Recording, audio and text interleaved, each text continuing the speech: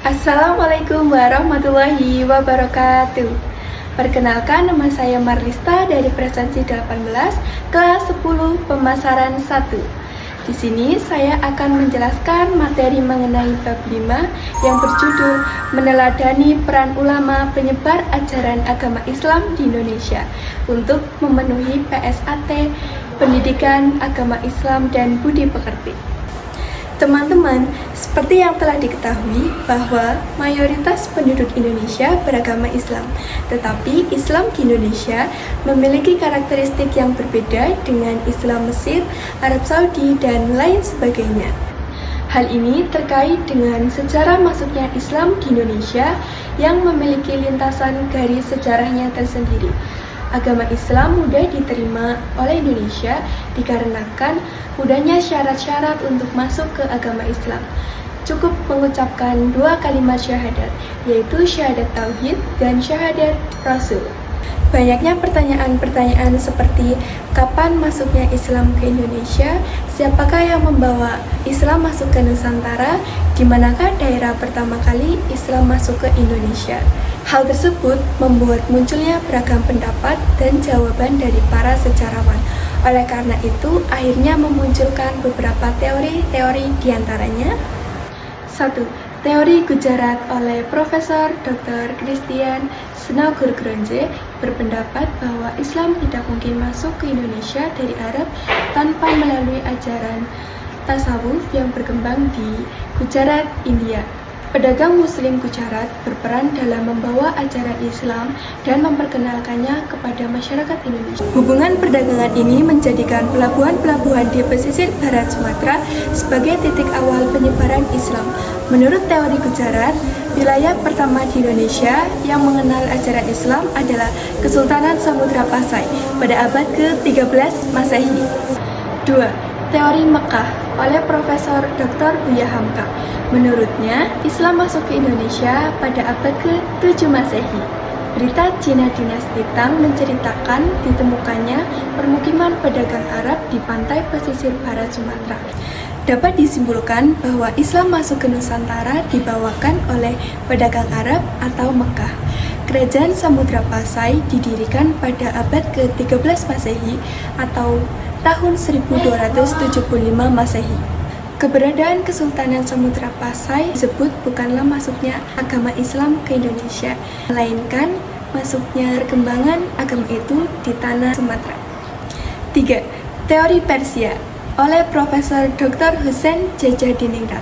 Menurut teori ini, Islam masuk dari Persia dan bermazhab Syiah. Sistem mengeja huruf Al-Quran, terutama di Jawa, baca menggunakan huruf dari Persia. Teori ini dianggap lemah karena tidak semua pengguna sistem bacaan huruf Persia Al-Quran di Persia menganut mazhab Syiah. Contohnya dari Baghdad, yang merupakan ibu kota Khalifah Abbasiyah, umumnya penganut Ahlus Sunnah wal Jamaah. Lebih jelas di Jawa Barat, walaupun cara pengejaan dan penggunaan bacaannya serupa, dalam penggunaan Al-Quran, masyarakat Islam di sana bukanlah penganut Syiah. Mayoritas masyarakat di Jawa Barat bermazhab Syafi'i. 4. Teori Cina oleh Profesor Dr. Slamet Muljana. Slamet Muljana tidak hanya berpendapat bahwa Sultan Demak adalah peranakan Cina, melainkan ia juga berpendapat bahwa Wali Songo merupakan keturunan Cina. Pendapat ini bertolak dari kronik Lenteng Sampokong. Besar kemungkinan seluruh nama-nama Majapahit dan kerajaan di sana juga dicinakan dalam kronik Lenteng Sampokong di Semarang. 5. Teori Maritim oleh N.A. Baloch. N.A. Baloch memandang masuknya perkembangan Islam ke Nusantara merupakan akibat dari umat Islam memiliki pedagang yang dinamik dalam penguasaan maritim dan pasar. Dalam kegiatan perdagangan itulah Islam mulai diperkenalkan sepanjang jalan laut perniagaan melalui pantai-pantai, tempat persinggahan pada abad ke-1, abad ke-7 Masehi. Dimulai dari Aceh abad ke-9 Masehi, diikuti kerajaan di berbagai wilayah lainnya. Baik, setelah tadi kita membahas 5 teori-teori yang sudah saya jelaskan, selanjutnya ke perkembangan Islam di Indonesia. Masa perkembangan agama Islam di Indonesia pada kurun waktu ke-13 Masehi. Kesultanan Leran di Gresik, Jawa Timur pada abad ke-11 Masehi. Perkembangan Islam di Indonesia semakin meluas seiring dengan banyaknya raja-raja Hindu yang memeluk ajaran Islam. Mayoritas rakyatnya sudah memeluk Islam terlebih dahulu. Karena syarat masuk Islam sangatlah mudah, cukup mengucapkan 2 kalimat syahadat yang sudah saya terangkan di awal. Islam tidak mengenal sistem kasta. Istilah kerajaan berubah menjadi kesultanan dan sultan berubah menjadi raja atau sebaliknya. Tumbuhnya kesultanan Islam di Indonesia tidak dapat dilepaskan dari sebab timbulnya perkembangan mazhab Syiah. Dapat diketahui dari catatan Battuta dijelaskan bahwa di Gujarat berkembang mazhab Syiah, sedangkan Kesultanan Samudra Pasai bermazhab Syafi'i. Perbedaan mazhab kedua ini dijadikan alasan oleh Buya Hamka untuk menolak teori Gujarat. Oleh karena itu, Buya Hamka berkeyakinan bahwa Islam dibawa langsung oleh saudagar dari Mekah, bukan dari Gujarat. Agama Islam mulai berkembang pada abad ke-15 Masehi, dibuktikan dengan berdirinya Kesultanan Demak dan kiprah Wali Songo. Selanjutnya, setelah kita tahu masa perkembangan Islam di Indonesia, sekarang saya akan menjelaskan tokoh penyebaran agama Islam di Indonesia. Banyak para ulama, sultan yang berperan aktif dalam penyebaran agama Islam. Yang saya ketahui ada Sultan Malik Al-Saleh, Sultan Ahmad, Sultan Alauddin Riyad Shah, dan Wali Songo. Di sini saya akan menjelaskan lebih detail tentang Wali Songo, yaitu Sultan Kalijaga. Sunan Kalijaga atau sering disebut Raden Masyahid lahir sekitar pada tahun 1450 Masehi.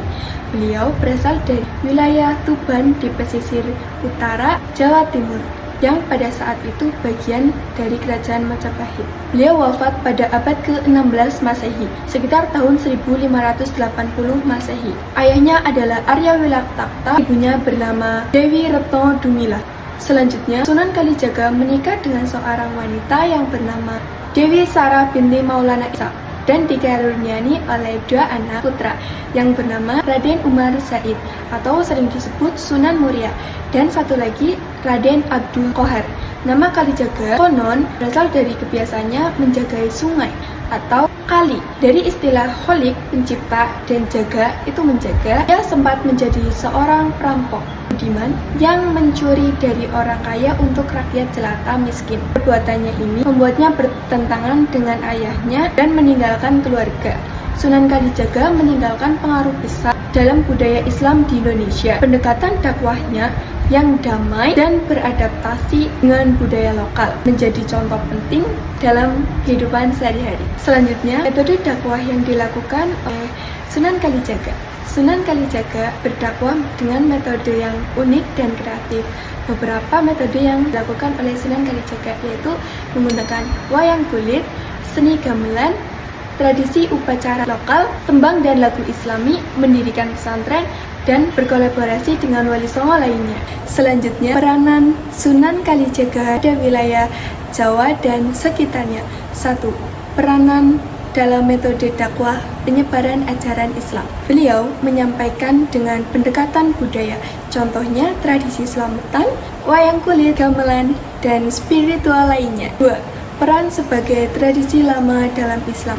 Contoh, upacara sedekah bumi yang beri makna ucapan syukur kepada Allah Subhanahu wa Ta'ala. Ritual-ritual lokal diganti dengan doa dan zikir pada ajaran Islam. Selanjutnya, yang ketiga ada peran sebagai penginspirasi seni dan budaya. Sunan Kalijaga memperkenalkan tokoh punakawan seperti Semar, Gareng, Petruk, Bagong, dan lain sebagainya sebagai bentuk moral dan filosofi Islam. Cipta lagu dan tembang-tembang yang ada di Jawa seperti tembang lir-ilir dan gundul-gundul yang diciptakan oleh Sunan Kalijaga. Selanjutnya, penggunaan gamelan. Sunan Kalijaga menggunakan musik gamelan untuk pendekatan metode dakwah, perhatian masyarakat sekaligus menyampaikan pesan dakwah. 4. Peranan pendidikan dalam keagamaan. Sunan Kalijaga mendirikan pendidikan pesantren, tepatnya ada di wilayah Jawa, yaitu ada di Demak atau di Tuban, Jawa Timur.